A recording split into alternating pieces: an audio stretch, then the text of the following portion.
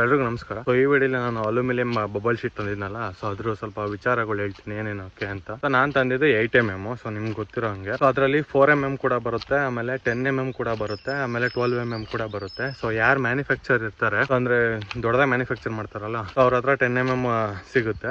ಏನಕ್ಕೆ ಅಂದ್ರೆ ಸೊ ಗೋಡೆಗಳಿಗೆ ಹಾಕಿದ್ರೆ ಅದನ್ನ ಸೊ ನಾವು ಒಳಗಡೆ ಇರೋ ಟೆಂಪರೇಚರ್ ಮೇಂಟೈನ್ ಮಾಡ್ತೀವಲ್ಲ, ಸೊ ಒಂದು 20 ಡಿಗ್ರಿ ಮೇಂಟೈನ್ ಮಾಡಿದ್ರೆ ಒಂದು 4 hour ಅಷ್ಟೇ ಇರುತ್ತೆ. ಸೊ ಕರೆಂಟ್ ಹೋದ್ರು ಅದಕ್ಕೋಸ್ಕರ ಅಷ್ಟೇ ಇದು ಟೆಂಪ್ರವರಿಗೆ ನಾನು ಬಳಸ್ತಿರೋದು.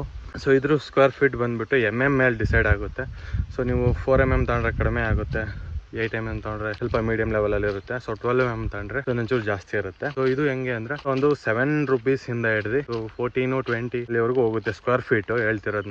ನಾನು ತಂದಿದ್ದು ಸ್ಕ್ವೇರ್ ಫೀಟ್ ಅರೌಂಡ್ 9 ಅಂಡರ್ ಬಿತ್ತು. ಸೊ 9 ಮತ್ತೆ 8 ಬಿಟ್ವೀನ್ ಬಿತ್ತು. ನೀವು ನೋಡ್ಕೊಂಡು ತಗೊಳ್ಳಿ, ಇಂಡಿಯಾ ಮಾರ್ಟಲ್ಲಿ ಸಿಗುತ್ತೆ. So minimum order 50 square meter ಇರಬೇಕು. ಸೊ ನಾನು ತಂದಿದ್ದ ಸೈಜ್ ಏನಪ್ಪಾ ಅಂದ್ರೆ ಹೈಟು 1.25 ಮೀಟರ್ ಆಗುತ್ತೆ. ಸೊ ಲೆಂತ್ ಬಂದ್ಬಿಟ್ಟು 40 ಮೀಟರ್ ಆಗುತ್ತೆ.